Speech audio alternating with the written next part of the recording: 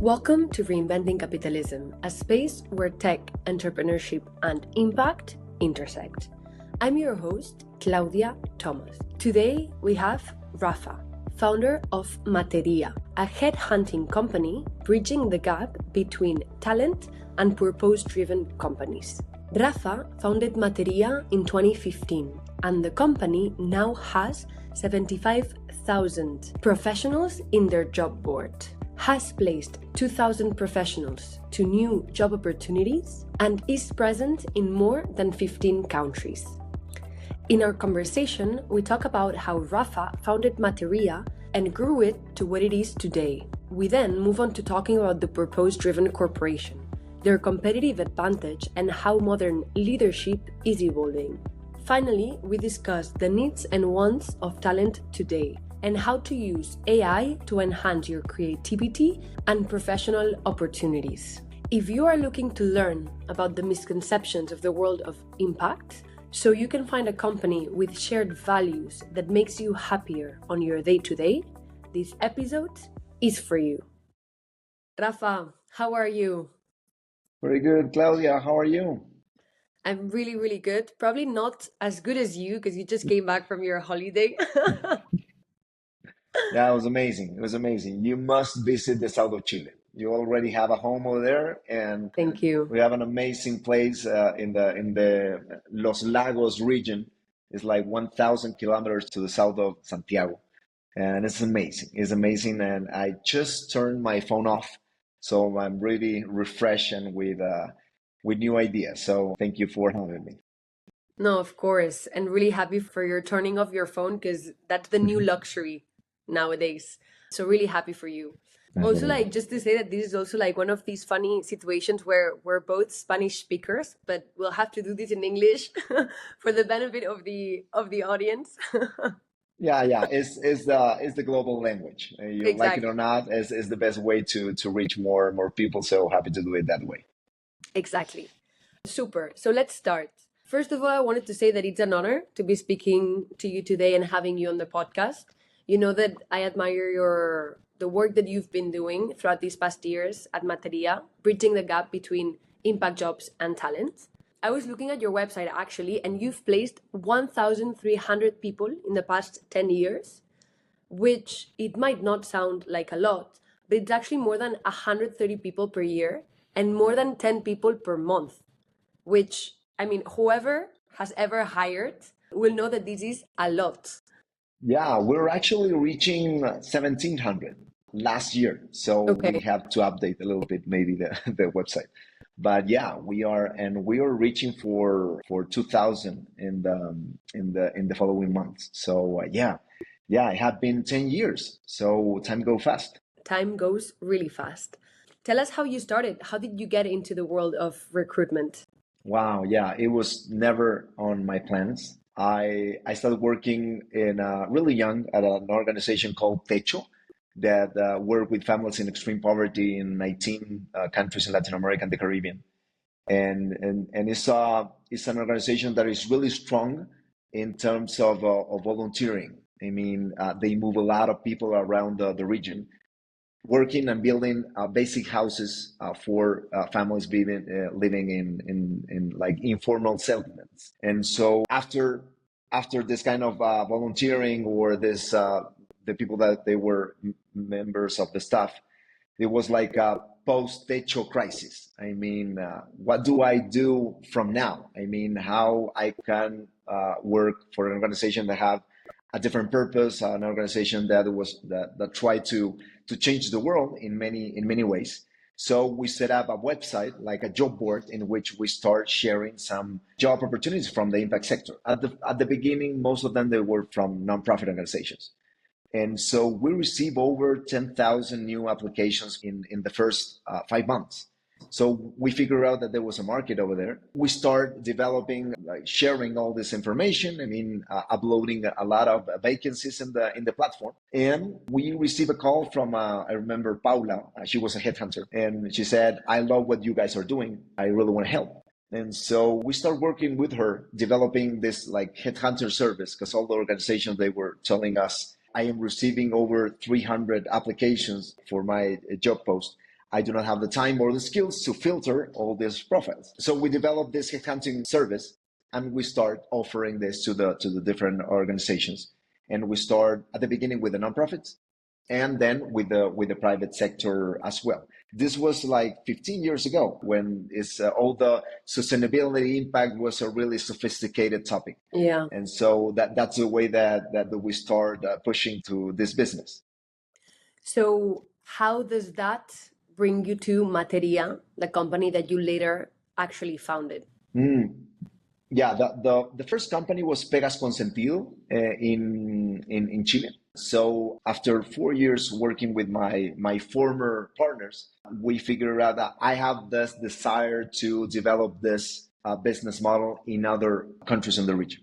So I figured out that maybe if we grow in Brazil or in Mexico, and you can move talent from one place to another, like with a more global perspective, we have way more chances to be competitive. And so they stay with the business with Pegas Consentido in Chile in a really nice way. We figure out, in a really friendly way, we figure out that we need to split paths. And so I moved to Colombia. We already have some clients in Colombia. I raised some capital from my current partners. And so we start developing this business in Colombia. Then we started an operation in Argentina, Peru, Mexico. And after COVID, it was amazing how the whole lateral market exploded and opened to different parts of the world. So organizations were hiring people everywhere. And after that, we started developing other business models like consultancy, like mentoring for professionals, and so on. So let's go to the start of Matteria. How much capital did you need to start the company, and which was the first service that you offered at that time? It was headhunting. And we raised over 300K for the first years. And we were sustainable after the fourth year. Okay.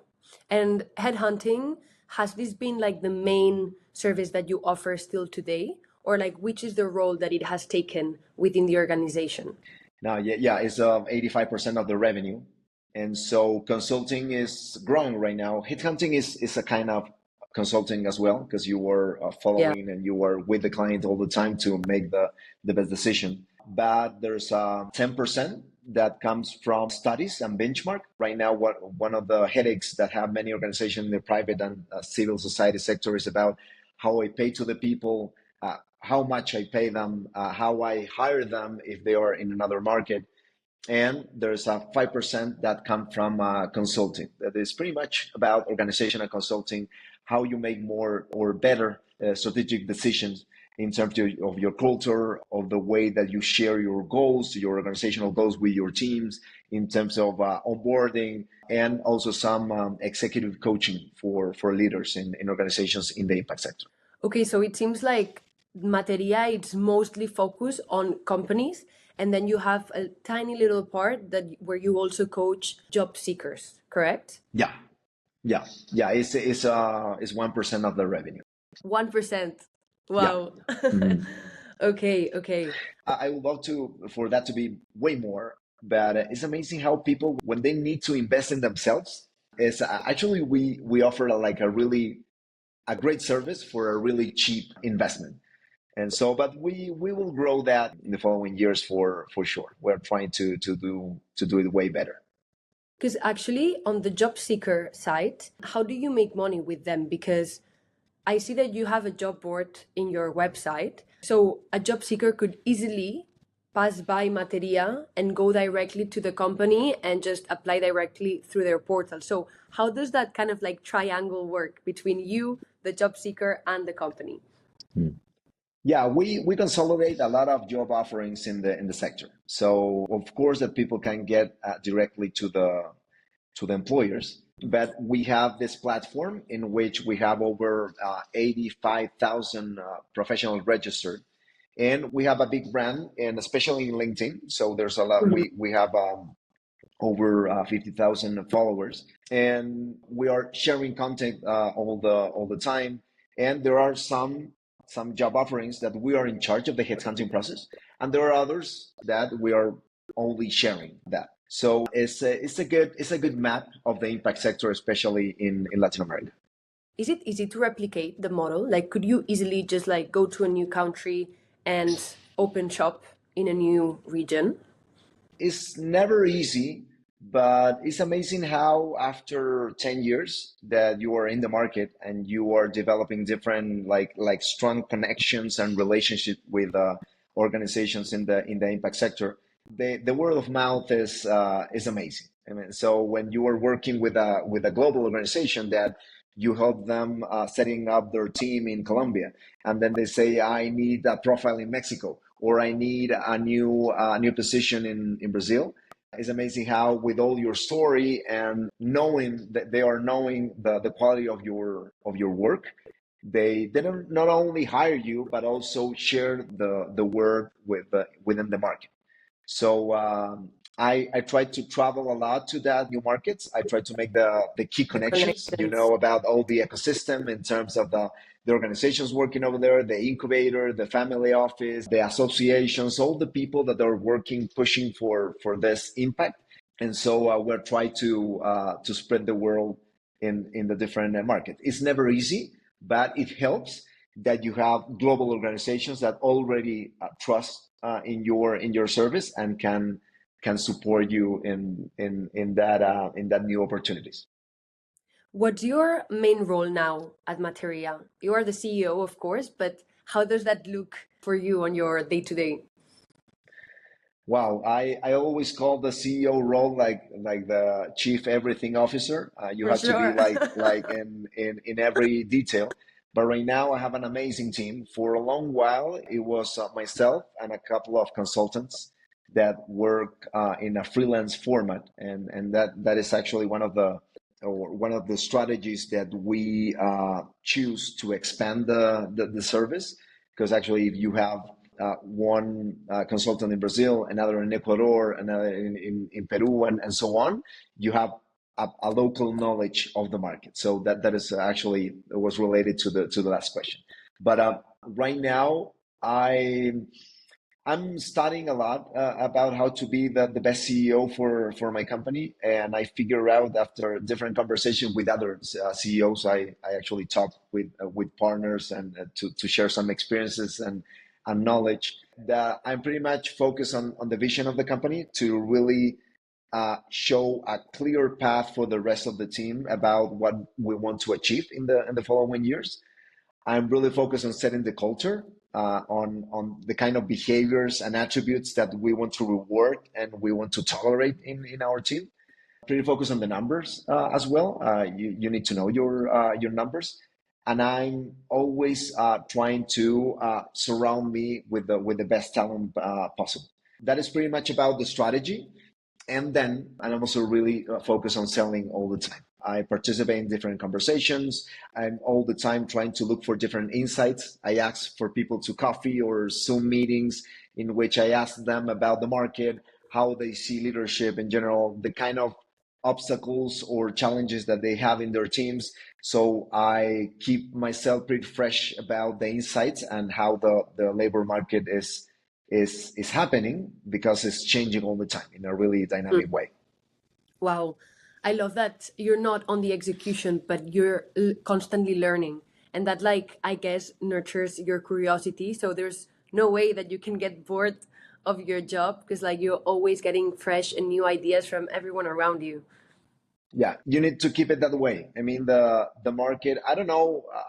I didn't have the chance to live in the past centuries, but and all the time the people my dad is all the time talking about how the world is changing so fast, but it seems that it's changing faster right now, and especially with all what is happening from a geopolitical perspective, the ups and downs of the market, artificial intelligence. I mean, you need to be learning and upskilling yourself all the time. It's quite a challenge. That leads perfectly to my next question, which is why, in your opinion, the purpose driven economy has been growing so much in the past couple of years? I think that we are in a different conscious level from an anthropological perspective. I mean, we know, and the data is showing us that it's a great time to be born in this time, maybe way better than a couple of centuries ago, because we have access to more opportunities. But we also know, because right now you know everything from different channels, and you have to be communication is really broad.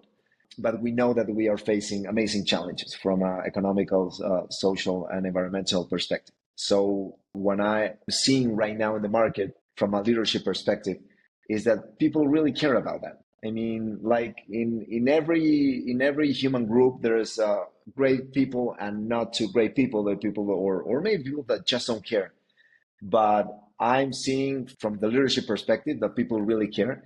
And so they want to develop businesses that really change the world from economic, social, and environmental perspective. It's not easy. It's really hard to start a company. It's really hard to lead a company and to report to your board of directors, to have like different stakeholders and shareholders with your eyes on you all the time. But people really care, and they want to develop business that really add value and make a change in the world. And so I think that is important for leadership right now. So from the company's perspectives and their missions, which areas do you see that are growing faster or that are getting more attention? In many ways, I think that from a talent perspective, it's really important for companies to have an impact and to have a purpose, because right now, especially young people, they really want to be a change in the world. In many ways, it's pretty idealist. In many ways, that they're realist or from a really realistic perspective. But I think that leadership figure out that if you do not have a purpose and if you do not have an impact in the world, it will be really hard for you to find the right talent. Because people, they will be asking to you all the time, what is the role that the company is playing in the world? That will be from a talent perspective, but also from a consumer perspective. People are way more conscious in the way that they consume, in the way that they see the world, in the way that they want to participate. And so I think that leadership today is pretty concerned about that. And also from a political perspective, from a regulation perspective, we need to be better companies. We need to create less damage to the environment, to our communities, to the state, to our nation, and also we need to create more positive impact with our change, in the production, and also in the way that we operate our companies. So it seems that purpose-driven companies have a clear advantage to attract talent in their negotiations, to sell to more customers, because customers, as you said, are more aware of the products that they buy.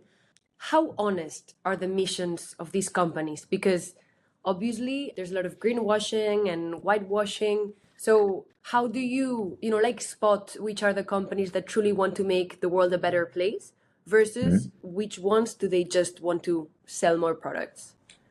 Yeah, I think that when you start a company, you have like you can focus on the customers that can really afford a more sustainable product, and that kind of consumer, they really want to see change. And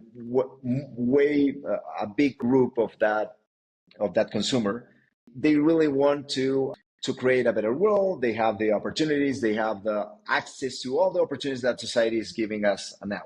And you have the 80% of the world that they cannot afford of that kind of way more sustainable product. I mean, they will buy everything or anything that you can sell to them, especially because of the reality that they live in their communities, in their neighborhoods.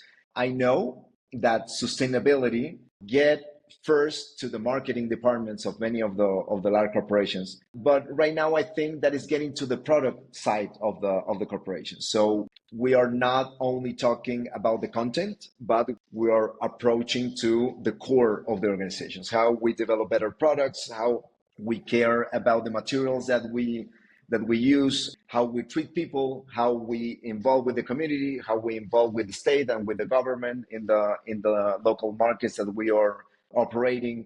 And regarding the greenwash, we will figure out the companies that are doing this because they really believe in it, and the ones that they're only using for like a marketing campaign.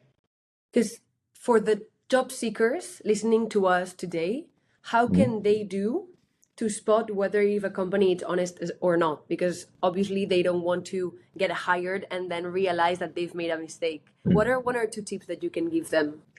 You have to do your homework. I mean, today you have to be really careful about how you get informed from, because you will have a huge incentive from the media to convince or to persuade you about a way of thinking.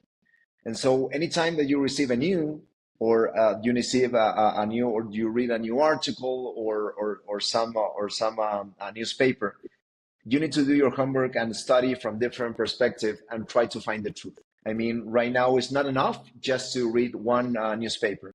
And when you want to figure out about, or you want to know how a company is doing and how deep is their commitment with the challenges that we are facing as society. I mean, from Google to AI, it's amazing the sources that you can find. I mean, you can get the information about the shareholders, about their boards of directors, about their sustainability reports, and you cannot just get or be satisfied by the information that you will find in the internet. So I will really encourage people to really be informed, to check different perspectives, to change different ways and media to really know what is happening in the world. And especially if you're looking for a different kind of employer, to do your homework and make some research. For the companies that are truly wanting to make a difference in the world, do you see a trend in the culture of these impact companies? Yeah, absolutely. Absolutely. I think that companies are trying to figure out the way to be more sustainable. I know that to be sustainable is a new industry, and as society, we're trying to figure out, especially from a management perspective, how to be more sustainable. For a long while, it was just a surviving economy in which you just need to make some money to pay your taxes, to employ a lot of people. And right now is to create a company or to manage a company is a more complex context. And so we're trying to figure it out. But I see a lot of commitment from different companies to really be a business that do good and not harm to the world. So would you be confident saying that some companies or these impact companies are willing to give up specific types of profits in order to do good and to do the right thing for their employees, society, and the world?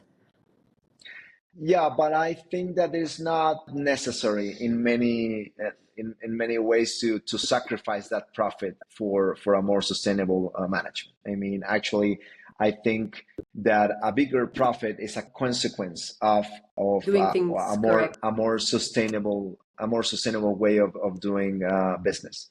And I think that one of the biggest challenges that we have in the sustainable sector is to show with data, with research, and with really practical approach on how, when you add sustainability, innovation and sustainability to your value chain, sustainability and innovation in the way that you treat your people in a more sustainable way, in the way that you involve with your community in a more sustainable way, that will lead you to a bigger profit. I think that the great challenge on this is that many of the public companies that they lead the economy, they have, like, in many ways, like a really short-term view in which they every quarter they have to report the results and the profit. And so that put a lot of pressure in the management in terms of how they do not have many time to think in the long term. And many of these discussions, they are thought, and we need to push it for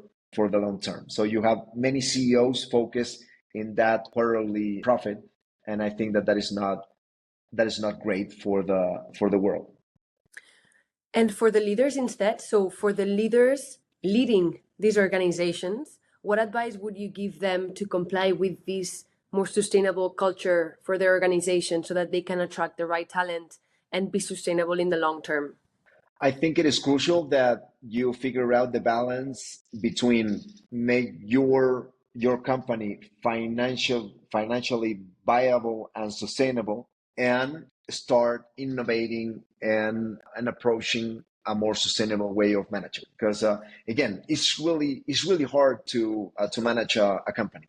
There are many decisions that will have a consequence or have a good impact in the long term, not the short term. But you have salaries to pay, and you have shareholders to report to, and you have a lot of commitments that you cannot just make a decision because of the branding, or because you will appear in an article that says that you are the most sustainable company. I mean, these are hard decisions, and I think, and not only me, one of the things that I'm doing research and trying to get some insights all the time from the market, and I follow different CEOs from companies in different sectors, in which they are balancing these short-term decisions to keep their company safe and sound, and the decisions in the long terms that will keep the company innovating and be more sustainable for the long term. Super. Let's talk about talent. So, what is talent looking for? Like, what are the trends that tell you what do job seekers value today? They really value leadership that help them to grow. They are looking for obviously a great product or a great service, and also they are looking for purpose in many ways to really make an impact in the world. But the people inside the companies of their organization are crucial for a decision of this kind of employee of choice. You are looking for leadership that really help you to grow, teammates that want to collaborate with you, teammates that you can learn from. You need environments in which you are challenged all the time, environments in which you can learn, that you can upskill or reskill your profile or your experience. They're also looking for trust and a more, a way of working in which we have the goals. We have our goals of the organization. I know how I contribute to that goals. I have my KPIs, OKRs, or whatever that I use to measure the progress of the organization. But I want you to trust me that I will do the best job that I can. And so that new way of thinking in terms of leadership, in which I trust you and please raise your hand whenever you need help from me, is really valuable for professionals right now. I think it makes a lot of sense. I've been writing everything you've said, and I think you achieve this by building relationships, right? Like trust takes time to build. How can a job seeker do that with an organization online? Because now a lot of the jobs you find are hybrid or online. So how can someone, like reach this point without the personal touch? Yeah, I think that attitude is crucial to create a relationship. I mean, we can be geographically far away, Mm-hmm. but I can show you how interested and how committed I am with the goal of the organization. So, for example, employers right now, they really are looking for people with attitude, with people that maybe I do not know how to do what you are asking me for, but I will go and see a YouTube video, I will read a book, I will read an interview, and I will figure out, and I will try to come with a solution or with a different perspective. I can call you and say, Claudia, I found this article of this research about what we were doing, and I will want to discuss it with you. I can actually, from a personal perspective, ask you for a little chat in which we can catch up from a personal perspective, and maybe I can share with you one of the things that I really enjoying in the organization, the things that I a little concerned or I have fear for. I mean, the presence or the presential connection, we will never be replaced. I mean, we are social beings, and we really like to be around each other.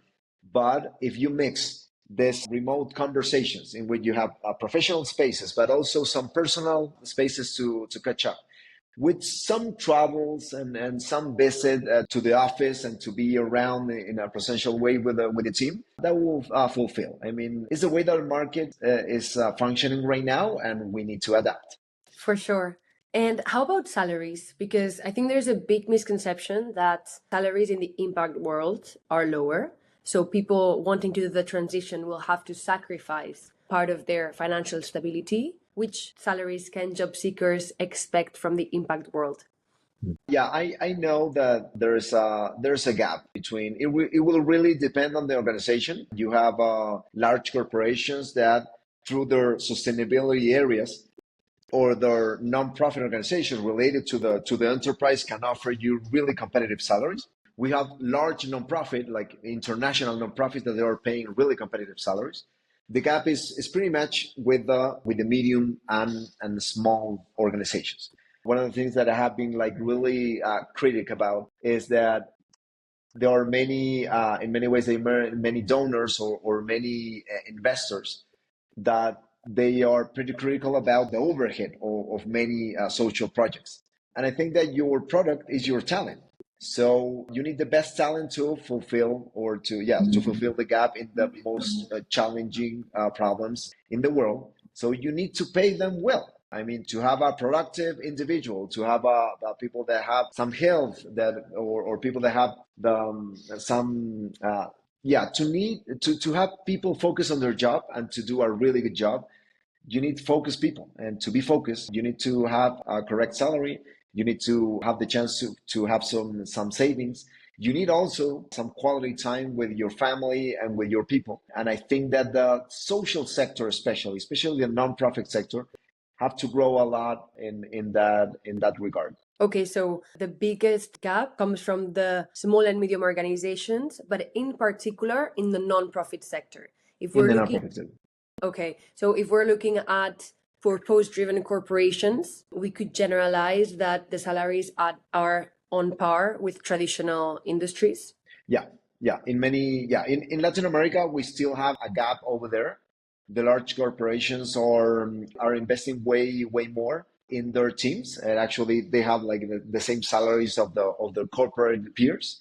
But in the nonprofit sector in Latin America and in many markets in Europe as well, you have the talent is not that strategic asset for the organization. So I call them like the tyranny of purpose, because I have this great mission and I want to change the world. I can have really low salaries and people working a lot for really bad conditions.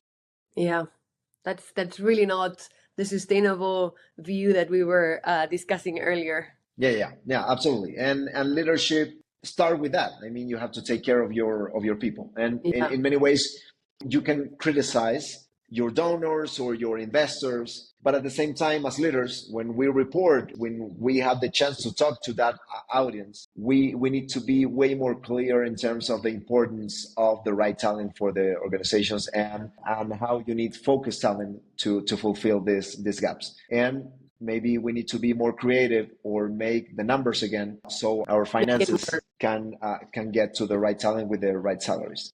Okay, super. Thank you. A big and very hot topic right now is how AI will revolutionize work as we know it, if it's not doing so already. AI will obviously take over some jobs, but a lot of other jobs will come up with AI. How can one stay competitive with the rise of AI? Yeah, it's a hot topic. It's changing really fast. It's evolving really fast, and I think that is a great opportunity. In my perspective, I am most in the more like in the techno optimist side, like Mark Andreessen from Anderson Horowitz have a like a techno optimist manifesto, and I think that way because I think this is here to stay. So you need to adapt. They will not be over, at least not soon. And I think that is a huge opportunity because you can have like a personal and professional 24/7 assistant to help you grow, to help you learn more stuff, to organize yourself, to optimize your time from the things that you want to cook, from the even for the relationships that you have, and especially for a professional perspective. So it's amazing how you can have this copilot that you can talk to them to him or her all the time, and you can actually be a better person and also a better professional. So the I think that is a huge tool for your professional career, And I really encourage people to take advantage of it. What's the one thing that AI won't be able to replace so that humans can keep developing from a skill set perspective? No, I think that the emotional intelligence to figure out hard conversations with people, to develop a bond with a teammate, to have a really hard conversation with your boss. I think that the joy of a deep relationship with another member of your team is really hard to replace. I don't know, maybe I'm not aware of the capabilities of the future of these machines, but I think that we are really social. We are social beings, and there's a great research from Harvard University regarding happiness. They study a group of people for over 80 years, and they figure out that the common factor about happiness and well-being from a healthy and from mind and body of people, there were relationships. They will have people to talk about serious stuff, people to laugh about and to laugh with from your family and your friends. This is crucial. It's really good for your health to have healthy relationships. And I think that will be really hard to replace. And yeah, and one of the really scary things about this is that people, they're looking and they're finding new friends in this technology. And I think that is not the way to do it. That's the one scary part. If other humans are replaced by these machines, that could actually have very, very negative effects for everybody. It will be a domino effect.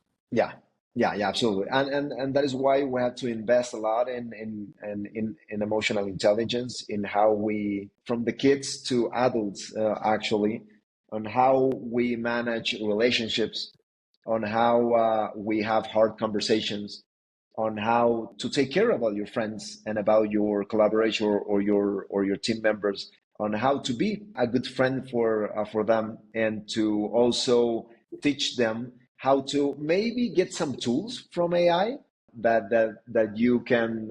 There are things that it only can be you, and people will love you and will take care of you because the human being that you are, and not the assistant, the AI assistant that you have. I totally agree. I have, Rafa, one last question for you. I would love to pick up your brains on where do you think the future of recruitment is going. So I would love you to picture that you're looking into a crystal ball that shows you the future. How do you see the world of recruitment, both for companies and talent, maybe with the influence of AI, changing in the next 5 years? Great question. From an employer perspective, I think that AI will help us to optimize many tasks in terms of the filtering, in terms of the search, in terms of the mapping of different candidates, in the way that we decrease biases, in the way that we decrease different kind of discrimination. And I think that AI will help us a lot in that regard. However, I think that the last mile, when you have to connect with your future member of your team, all that we were talking about this bond and about this human connection, will still be critical. And I think that it will still be not replaceable by AI. Because when you want to develop a team and you want to have like another soldier of your team that want to change the world, you need this connection. It's a kind of a marriage. I mean, you need you need people that you really want to have in your table for the foreseeable future. So I think that last human mile, it will be critical, and it will not be the same right now, but it will be supported by AI, but the decision is still pretty human. From the job seeker perspective, I think that it's an amazing to find your place. I mean, with this kind of tools, you can map the different sectors. You can figure out, for example, I actually encourage a lot of the people that with our mentoring sessions and so on to use AI to map the ecosystem. So, for example, if I want a role as a CFO in a nonprofit organization that is working for poverty in Latin America, or if I want to be a marketing manager for a solar panel corporation that is working in the US and in Europe, I can use AI to map all the similar organizations, the kind of role that they are looking for, and they can actually help you connecting with the CEO of the human resources partner that is in charge of the selection process of the team. So it's an amazing tool. And after that, you can also make the research that we were talking before about how is this company, who are the investors, how is the board of the director seeing the future of the company. So it's an amazing tool. But I think that all of this, it will be keep pretty human in terms of the way that we develop business. We know that there's a lot of jobs that they will be eliminated, but these tools give people a huge power in terms of the creative capacity, in the way that they can actually there's a huge growth of the one person companies in which they are developing solutions just with the help of AI. So it's a huge creative tool for new businesses, for people as well. Rafa, thank you so much. You have all this pool of knowledge that you've shared with us today. I do hope that we've broken some of the biases that people have from the impact world, and specifically about nonprofits and the problems that they are solving. Also about how cool it can really be to work for one of these companies. So I hope that we have inspired talent to take the leap and at least to consider working for some of these companies, because we need the most amazing talent to solve the most difficult problems of our time. So thank you so much, and congratulations on all the work that you are doing. Thank you, Claudia, for having me. It was a pleasure. And yeah, we will be in touch for sure. Take care. We will. Take care.